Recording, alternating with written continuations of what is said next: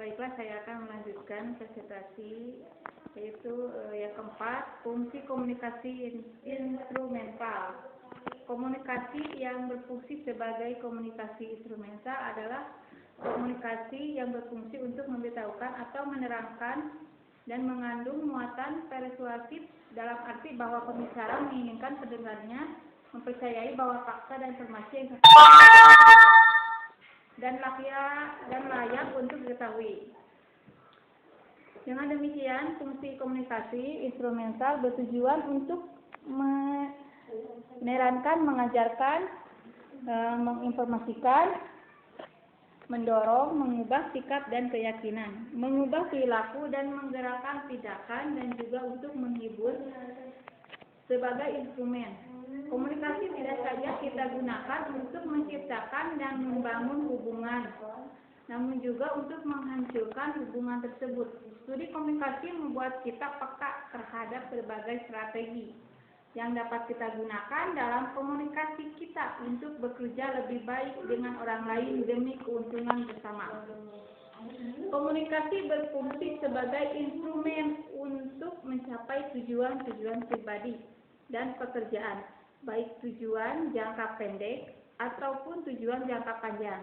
Tujuan jangka pendek misalnya untuk memperoleh pujian, menumbuhkan kesan yang baik, memperoleh simpati, empati, keuntungan material, ekonomi, dan politik, yang antara lain dapat diraih dengan pengelolaan pesan, yakni taktik-taktik verbal dan non-verbal, seperti berbicara sopan, mengobrol janji, dan mengenakan pakaian necis, dan sebagainya, yang pada dasarnya untuk menunjukkan kepada orang lain siapa diri kita seperti yang kita inginkan. Sementara itu, tujuan jangka panjang dapat diraih lewat keahlian komunikasi, misalnya keahlian berpidato, berunding, berbahasa asing, atau keahlian menulis.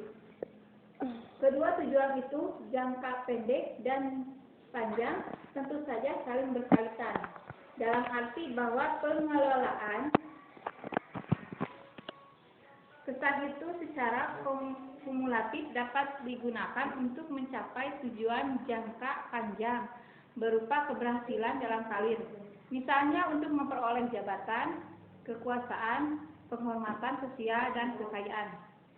Berkenaan dengan fungsi komunikasi ini, terdapat beberapa pendapat dari ilmuwan yang bila dicermati saling melengkapi.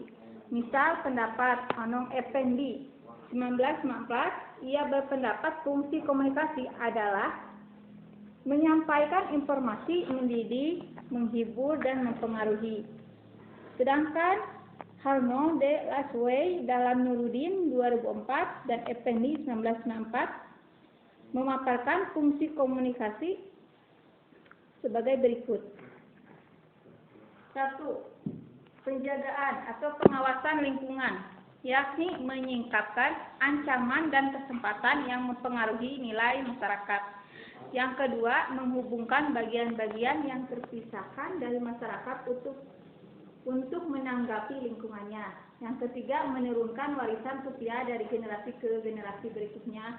Sekian dari saya. Wassalamualaikum warahmatullahi wabarakatuh.